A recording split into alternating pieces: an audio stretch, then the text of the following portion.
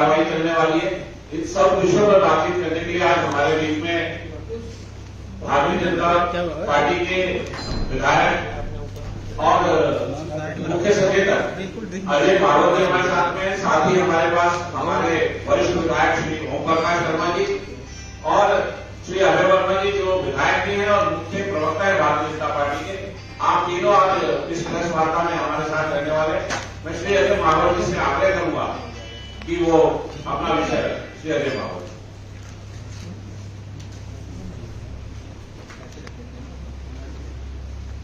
धन्यवाद जी। मेरे वरिष्ठ साथी विधायक आदरणीय ओम प्रकाश शर्मा जी, विधायक लक्ष्मीनगर और मुख्य प्रवक्ता आदरणीय अभय वर्मा जी, मीडिया के मेरे मित्र साथीगण और यहाँ पर संचालन कर रहे हमारे प्रवक्ता आदरणीय आदित्य झा जी। सबसे पहले तो मैं क्षमा चाहता हूँ, आदरणीय रामवीर बिजोड़ी जी कुछ कारणों से लेट हो गए हैं। एक मीटिंग थी जिसमें आदरणीय नितिन गडकरी जी हैं, आईजी साहब हैं, आदरणीय दिनेश गुप्ता जी भी हैं, तो जिसके कारण वो लेट हो गए, तो उसके लिए मैं क्षमा चाहता हूँ। कल 7वीं विधानसभा का चौथा सत्र बजट सत्र के रूप में प्रारंभ होगा दिल्ली विधानसभा,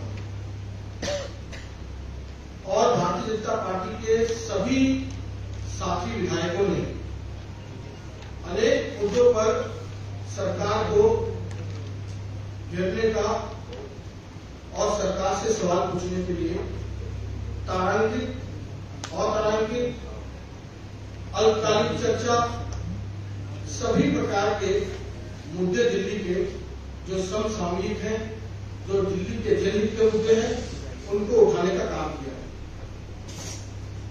उसकी जानकारी मैं आप सबके समक्ष देना चाहता हूं। हमने तारांकित और अतारांकित प्रश्न, पहली बात तो यह 5 दिन का सत्र बुलाया गया है। हमें लगता है काफी नाकाफी है। कम से कम 10 दिन का सत्र दिल्ली विधानसभा का होना चाहिए था, जिससे दिल्ली के मुद्दों पर गंभीर चर्चा हो सकती है। तो मैं यह मांग करता हूं अपने साथियों समेत इस सत्र को बढ़ाकर कम से कम 10 दिन का किया जाए, 10 दिन का किया जाए, और दिल्ली सरकार इस पर गंभीरता से विचार करे, क्योंकि जितने विधायक आम आदमी पार्टी के हैं, वो विधायक भी अपने स्थानीय मुद्दों को उठाने के लिए, उन प्रश्नों को उठाने के लिए इस समय को नाकाफी मानते हैं। तो पहला निवेदन तो सरकार से यह है। दूसरा, उन्होंने प्रश्नकाल से 2 दिन रखा है। अब आप बताइए 70 विधायक 2 दिन में कैसे, एक विधायक को प्राय 5 प्रश्न पूछने के लिए एक दिन में अनुमति होती है, तो किस प्रकार से वो अपने अलग अलग विषयों पर स्थानीय रूप से उठा सकता है, यह भी चिंता का विषय है। प्रश्नकाल का समय कम से कम 5 दिन का होना चाहिए, यह मांग हमारी सरकार से। नियम 55 के तहत पहले मैंने कहा तारांकित और अतारांकित प्रश्न, 2 दिन जो हमें मौका मिला है, उस 2 दिन में 8 विधायक ने 5-5 सवाल, यानी 10 सवाल प्रत्येक विधायक के 80 प्रश्न हमने सरकार से पूछे हैं, और वह सरकार की जवाबदेही है उसका जवाब देने की।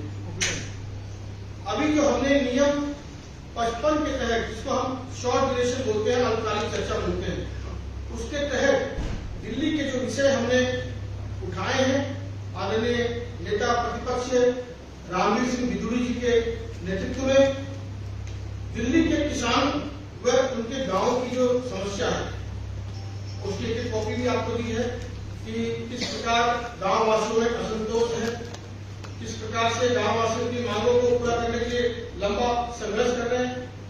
वर्तमान बजट में उन पर ध्यान नहीं दिया गया है, तो इस बजट में उनकी अनदेखी ना हो, एक तो इस पर हमने चर्चा लगाई है। दूसरी, परिवहन व्यवस्था जिस प्रकार से दिल्ली में चरमरा गई है, और डीटीसी की सारी बसें आउटडेटेड हो गई है, नई बसें ये खरीद नहीं पा रहे हैं,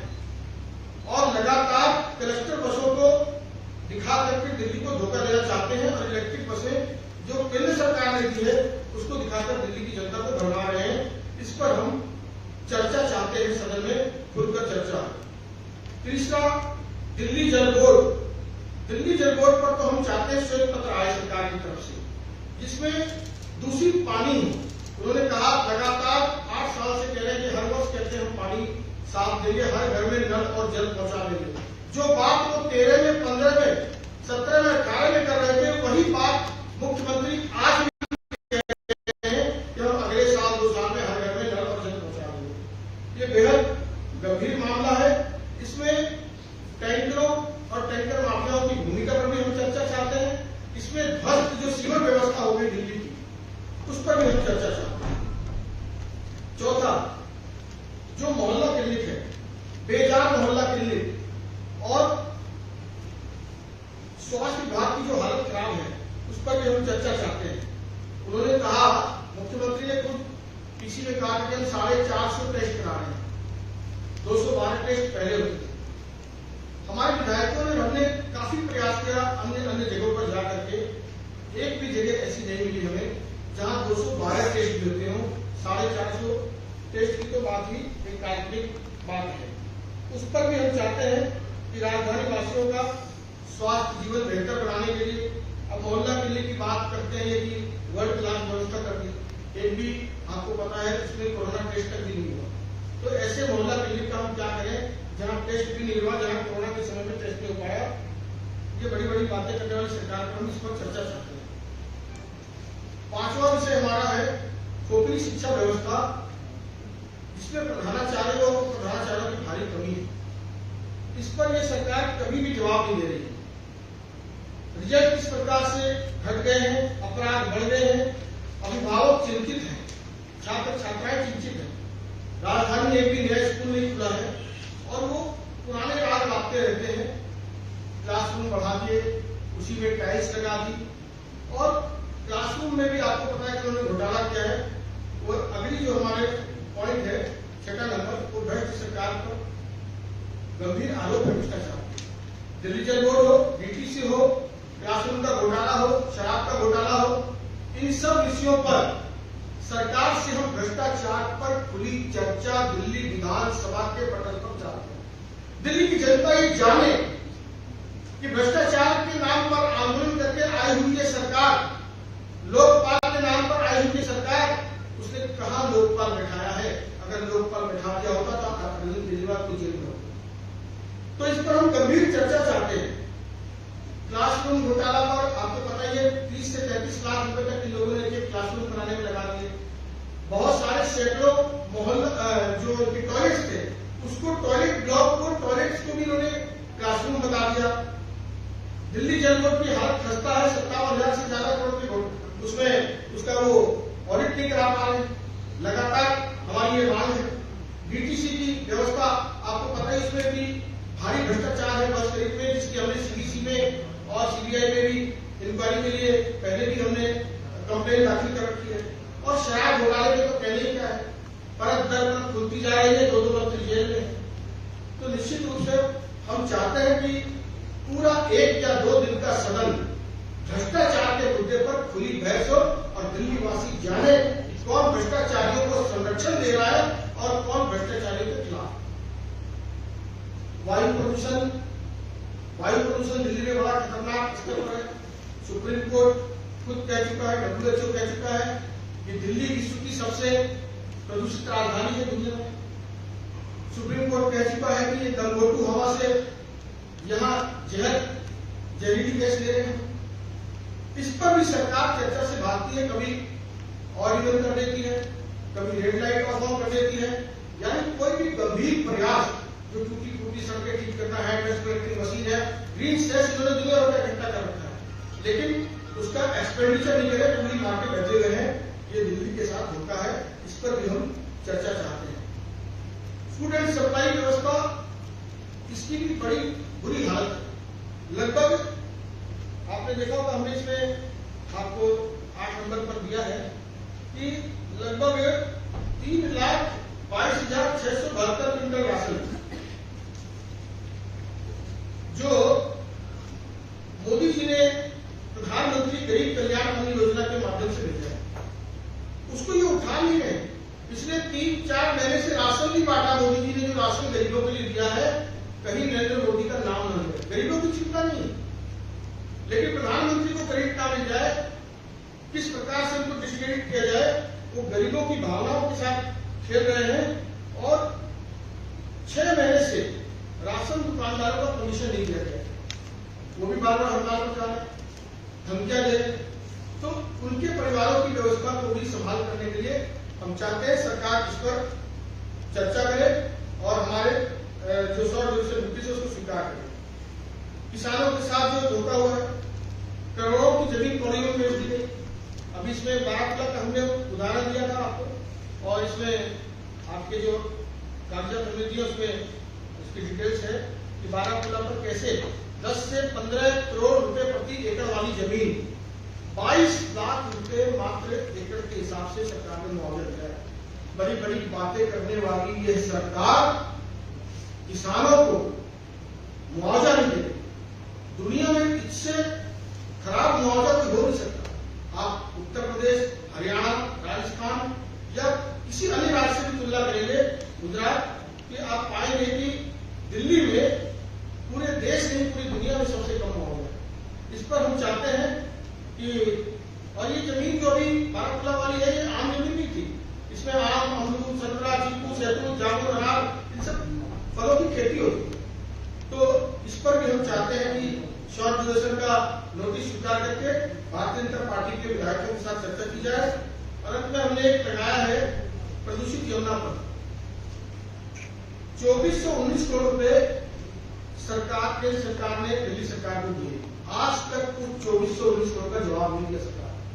पिछली बार सदन में जब नेता प्रतिपक्ष आदरणीय रामवीर सिंह दिदुड़ी जी ने इस बात को सदन में उठाया, तब उन्होंने कहा कि कब दिया, कैसे दिया। स्पीकर साहब ने भी सवाल कर दिए। उसी समय हमारे नेता प्रतिपक्ष ने एविडेंस दिया, इस प्रकार केंद्र सरकार की चिट्ठी दिखाई और उसको केवल दिया कि 2419 करोड़ रुपए कब दिए गए। और उसका आदरणीय जल मंत्री गजेंद्र सिंह शेखावत जी ने दिल्ली सरकार से उस पर जवाब भी मांगा कि आपने पैसा कब खर्च किया, कहां खर्च किया, कैसे खर्च किया, इसका हिसाब दीजिए। लेकिन आज तक दिल्ली सरकार ने उसका जवाब नहीं दिया। हम चाहते हैं शॉर्ट ड्यूरेशन नोटिस पर इस पर भी चर्चा हो, बहस हो। सरकार चर्चा से भागती है, बार बार भागती है, इधर उधर के मुद्दों पर बात करती है। वो कभी पुलिस कमिश्नर पर बात करती है, कभी एमसीडी पर बात करती है, और अपना रोना धोना, अपनी जिम्मेदारियों को दूसरे राज्यों पर डालने का प्रयास करती है। हम चाहते हैं प्रत्येक हमारे 10 पॉइंट हैं, 10 दिन तक एक एक पॉइंट पर चर्चा हो, दिल्ली वासियों को दूध का दूध, पानी का पानी हो। कौन किसके साथ खड़ा है, कौन विकास के साथ खड़ा है, कौन विकास का विरोध कर रहा है, कौन भ्रष्टाचारियों के साथ खड़ा है और कौन उससे लड़ रहा है, ये सब बातें क्लियर होनी चाहिए। इस बार इस 7वीं जो विधानसभा के 4थे सत्र में एक और बात, चूंकि भ्रष्टाचार एक बड़ा मुद्दा बन चुका है और भ्रष्टाचार पर हम बड़ी बहस चाहते हैं। और जिस प्रकार से आपने देखा होगा कि हमने सभी नियमों के तहत, तो 107 नियम के तहत आदरणीय नेता प्रतिपक्ष रामवीर सिंह दिदुड़ी जी ने सरकार के प्रति अविश्वास प्रस्ताव लाने का भी निर्णय लिया। चूंकि आबकारी घोटाला, हवाला घोटाला, जासूसी घोटाला, क्लासरूम घोटाला, जनकोड घोटाला, विज्ञापन घोटाला, बिजली सब्सिडी घोटाला, कंस्ट्रक्शन घोटाला, वर्कर्स घोटाला, बीपीसी घोटाला, अस्थायी और स्थायी अस्पताल घोटाला, इतने सारे घोटालों की परत जम चुकी है, जिसमें दिल्ली के जो 2 बड़े मंत्री हैं, सत्येंद्र जैन और उप मुख्यमंत्री मनीष सिसोदिया, जेल के अंदर है।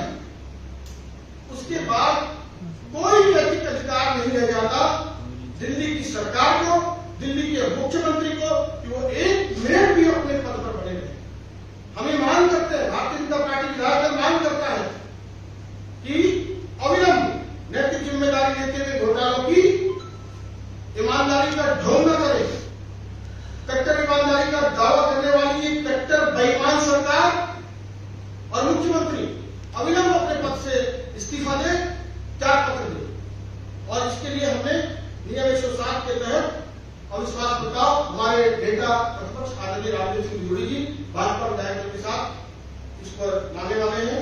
इसमें विभाजन की रूल 53 के तहत हमने मांगा है सरकार इसको स्वीकार करे और इस पर भी चर्चा करे। बहुत बहुत धन्यवाद। जी, इसमें हमने रूल 53 से डिवीजन भी मांगा है। अब मैं अपने वरिष्ठ विधायक और ओम प्रकाश शर्मा जी से आग्रह करूंगा कि वो भी अपना विषय पत्रकार बंधुओं के समक्ष।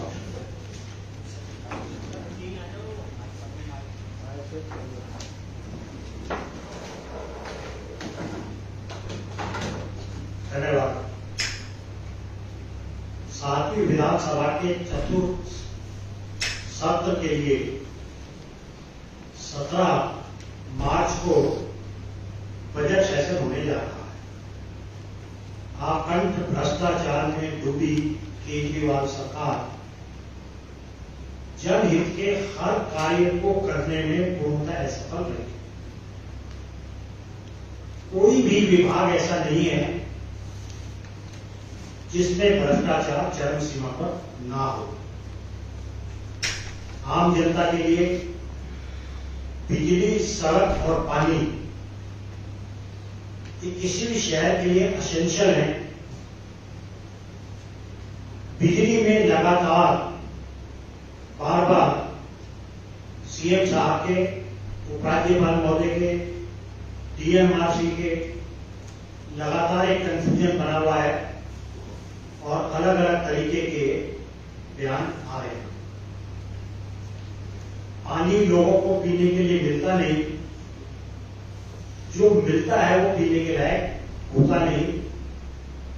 अभी जो जलाशय है, अभी उपराज्यपाल महोदय ने अभी इसको पॉइंट आउट किया कि जहां पानी को वजीराबाद में पानी का एकत्रीकरण होता है, उस जगह धीरे धीरे जो खाद भर जाती है, पिछले 8 साल से उसकी सफाई नहीं की गई है, जिससे कि पानी की स्टोरेज भी कम हो गई और जो स्टोर होता है वो पानी में भी कहीं ना कहीं वो खाद मिल जाती है।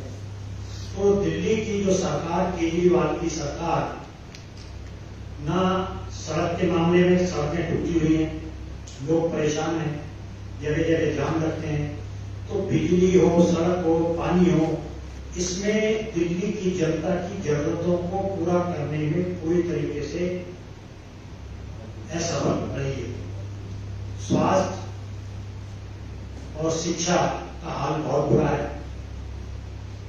बड़े दुर्भाग्य की बात है, 13 से लेकर 23 तक एक स्कूल नहीं खोला, एक कॉलेज नहीं खोला। यूनिवर्सिटी की बात करते हैं, दो कमरों में एक यूनिवर्सिटी कागजों पे बना दी। और जो सीबीएसई, जिसको पूरी दुनिया में मान्यता है, और जिस सीबीएसई का एक अपना ट्रैक रिकॉर्ड है, जो अनेक देश उसको ऑप्ट करते हैं, एक नया दिल्ली बोर्ड 2 कमरों में बना दिया है। तो इस प्रकार के कार्य करके अगर हम घोटालों की बात करें, तो जिस सरकार के 2 मंत्री जेल में हैं, कोर्ट उनको जमानत नहीं दे रही। आबकारी घोटाले की बात करते हैं, वो कहते हैं शिक्षा मंत्री जेल में है, हम कह रहे हैं शराब मंत्री जेल में है, एक के साथ एक बोतल बांटने वाला जेल में है, वो कहते हैं बच्चों को पढ़ाने वाला जेल में। तो मुझे समझ नहीं आ रहा कि शिक्षा मंत्री और शराब मंत्री भी है, तो ये जो जेल में बंद है, भाई ये तो शराब मंत्री है, आबकारी के घोटाले बंद है, तो ये जो शिक्षा का मामला है, शिक्षा में ये भी बंद होगा। 3 लाख का मामला यदि आप 30 लाख रुपए में बना रहे हैं, वो तो प्रोसेस में है। अभी जेल मंत्री भी बंद है, जेल में आबकारी मंत्री बंद है, और आने वाले समय में वही सिसोदिया शिक्षा मंत्री के रूप में भी जेल में बंद होगा। इस तरह के आसार सब दिख रहे हैं। तो जहां तक घोटालों की बात है, चाहे जल बोर्ड हो, चाहे अभी मुझसे पहले बताया, चाहे बसों के अंदर मामला हो, तो जो लोग भ्रष्टाचार को मिटाने के नाम पर दिल्ली में आए, एक उन्होंने लिस्ट जारी की, और जिन लोगों के करप्ट लोगों की लिस्ट जारी की, जिसके ऊपर बड़ा हंगामा हुआ, आज उन करप्ट लोगों के साथ खड़े होकर देश की सीबीआई और ईडी को गाली दे रहे हैं। लालू जी का मामला कांग्रेस सरकार में हुआ, तो ये जितने भी चोर जो मौसेरे भाई हैं आज एकत्र हो रहे हैं, और दिल्ली में कहीं ना कहीं केजरीवाल सरकार के लोग उन सब दागी लोगों का नेतृत्व करते हुए दिखाई दे रहे हैं। सदन में जब इनकी चीजों पर चर्चा का नितान अभाव है, नियमों का पालन होता नहीं, तो जिस तरीके से विकृत माओवादी सोच के लोग जो संविधान कानून कायदे में तो भरोसा नहीं रखते, ऐसे केजरीवाल की आम पार्टी की सरकार के विरुद्ध जनहित में जितने भी मुद्दे हैं उसको हम सभी लोग विरोधी जी के नेतृत्व में विरोधी पक्ष होने के नाते पूरी ताकत के साथ जनहित के मुद्दों को सदन में उठाएंगे। और हमारा प्रयास ये रहेगा कि दिल्ली में बिजली, सड़क, पानी, स्वास्थ्य, शिक्षा ये लोगों को मुहैया कराई जाए। धन्यवाद।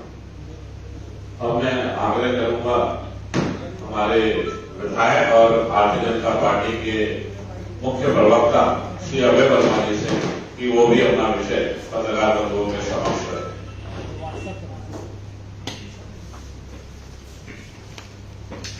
नमस्कार साथियों, सम्मानित मंच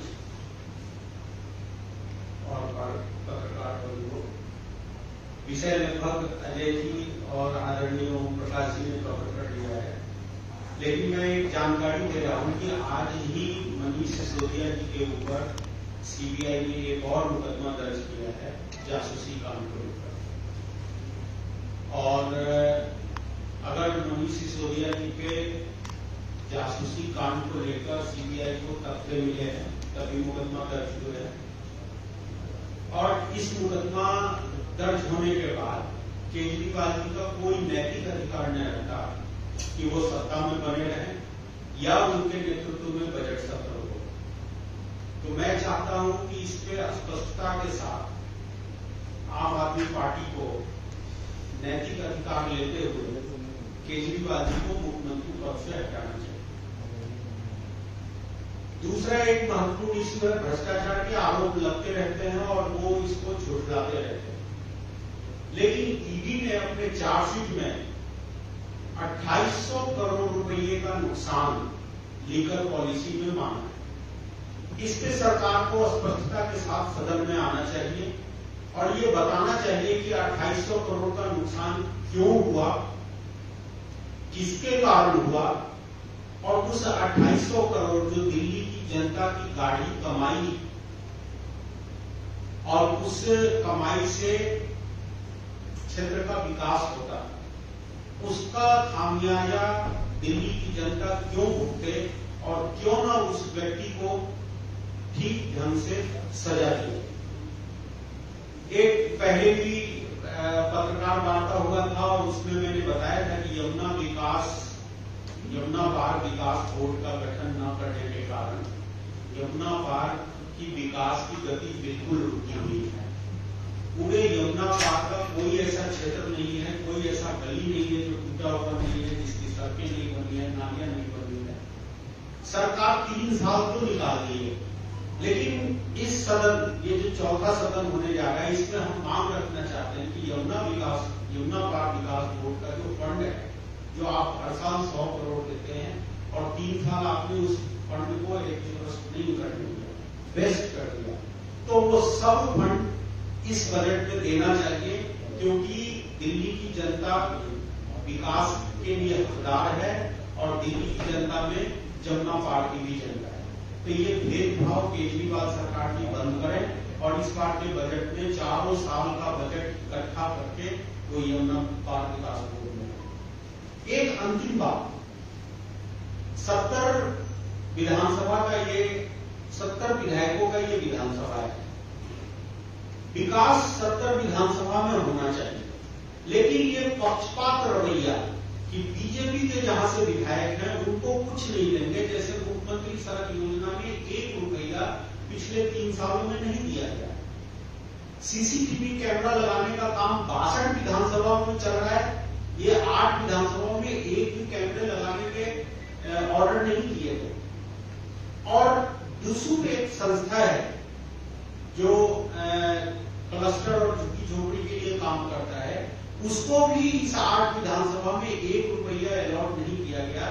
तो ये पक्षपात रवैया, ये दिल्ली के 70 विधायकों में भी पार्टी के बेसिस पे बंटवारा करके विकास का काम देखना, जिसका मैं कड़ी निंदा करता हूं और आग्रह करता हूं इस प्रेस के माध्यम से कि बीजेपी के जहां से विधायक हैं उस 8 विधानसभा में भी उसी अनुपात से डेवलपमेंट होना चाहिए, क्योंकि 70 विधानसभा का अगर बजट 70,000 है तो 1,000 हर विधानसभा का बनता है, और वो पार्षदी मुख्यमंत्री और उनका मंत्रिपरिषद ना करे, डेवलपमेंट के काम को ना रोके, ये भी एक डिमांड हम इस सदन में रखेंगे।